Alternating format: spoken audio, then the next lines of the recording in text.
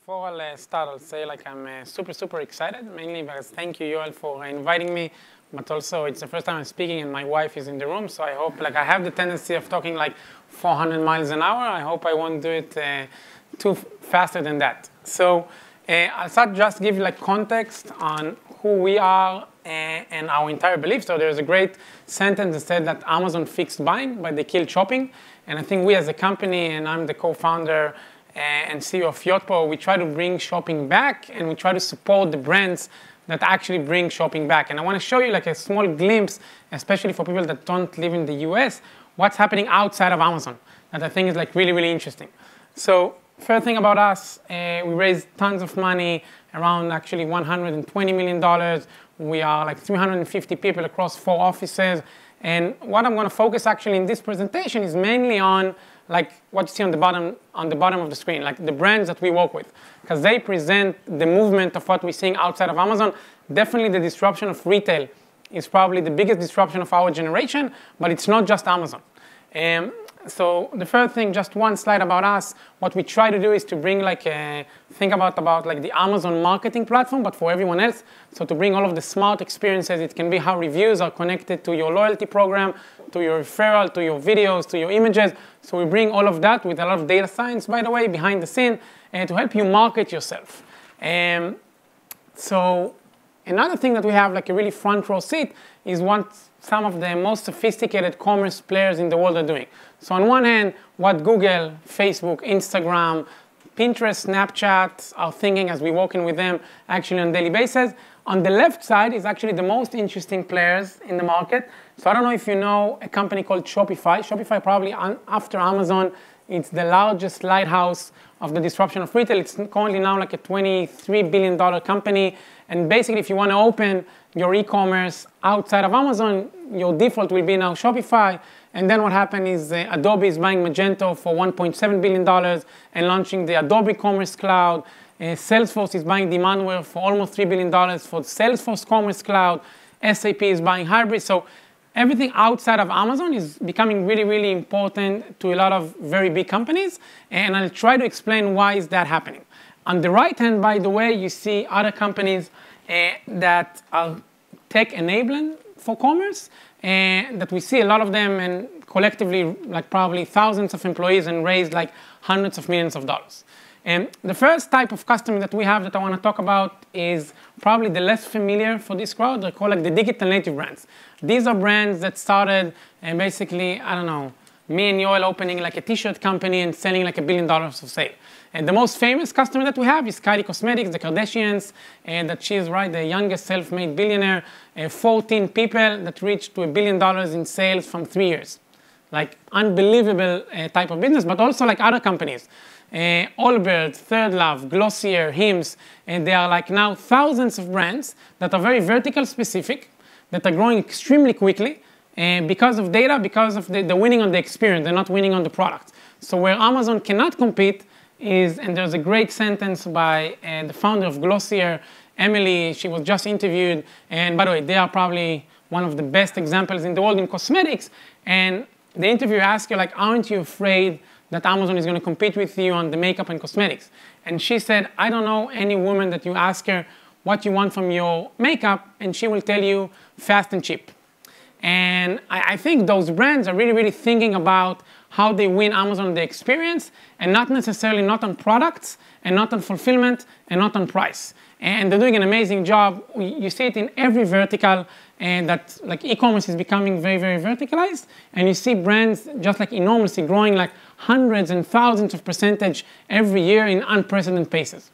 So that's the first type of companies, and those are the new unicorns of the e-commerce world.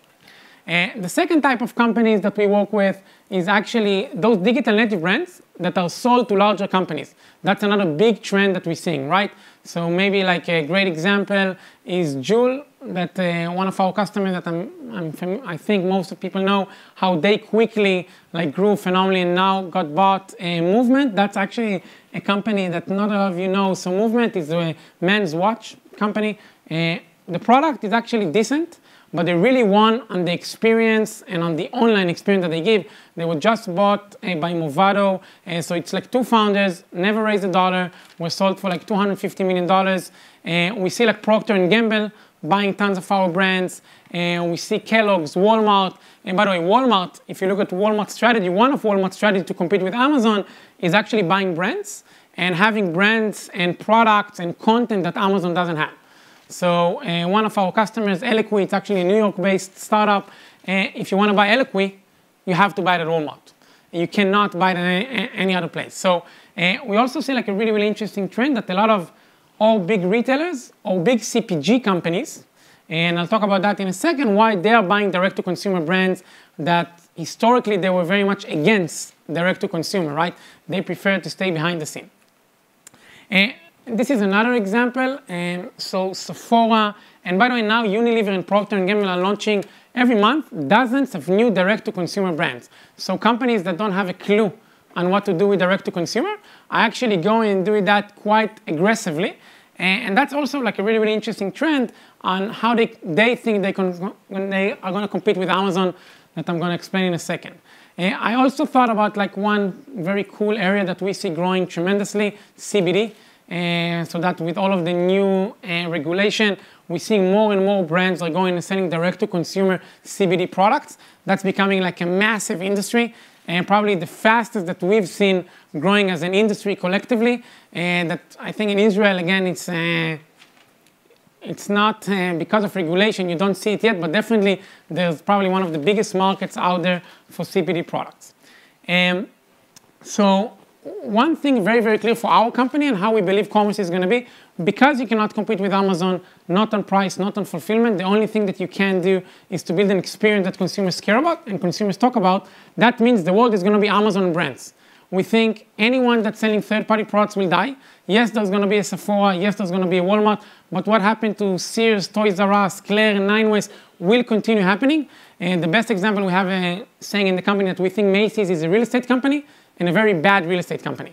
And there isn't a reason to go and buy those products not on Amazon. Where you can win Amazon is that on the experience that you can provide the community that you can build for your own specific industry, vertical, it doesn't matter. The second thing that I want to show you, so this is a real photo that taken from Santa Monica Mall, if I recall.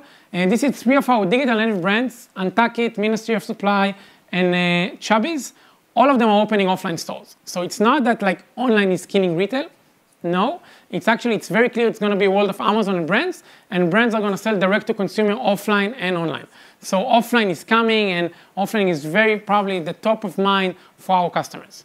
Another thing that's really, really interesting is we also think that all of the brands that we're going to serve are going to have a very tough few years because customer acquisition cost is really, really increasing. So Instagram, that's the main for most of the digital native brands, is becoming really, really expensive. Like basically the supply is over, or is starting to be over. So most of the brands are not just focusing on offline, but also focusing on retention, because customer acquisition cost is becoming really, really expensive. I actually want to skip like a few. ThirdLove, by the way, if you don't know ThirdLove, sorry, I'll go back. I'll try to go back. Probably I can't. No, I can't. So ThirdLove is the biggest competitors or biggest risk for Victoria's Secret. If Victoria's Secret is all about the Victoria's Secret models and angels, they took a different approach and they said we're going to be like a very inclusive brand. So for women of all sizes, probably the fastest growing lingerie business that the United States ever saw. Phenomenal business, probably the hottest names today in the US. I'll skip very, very quickly because I do want to finish it, at least like how we see the world. So post-Amazon, there's going to be like 4 trends on, I don't know if post-Amazon, because they're here to stay. But one is verticalization of commerce. So a lot of like verticalized focused commerce that's going to win on experience. Nobody wins on products anymore, meaning you have to have a good product, but everybody has a good product, meaning nobody buys a Nike shoe because Nike is the most comfortable shoe in the world. Those days are over. More digital native brands are going from online to offline. And eventually, we're going to see like a lot of the sophisticated businesses that are able to succeed because retention is key. And they're able to increase customer lifetime value as customer acquisition cost is becoming more and more expensive. And I see Yaron here, so I'll say that I think commerce for Outbrain is a great segue because a lot of their customer acquisition cost is becoming really, really expensive. So thank you very much for having me. I hope it was not too quickly, and I hope it was interesting. Thank you.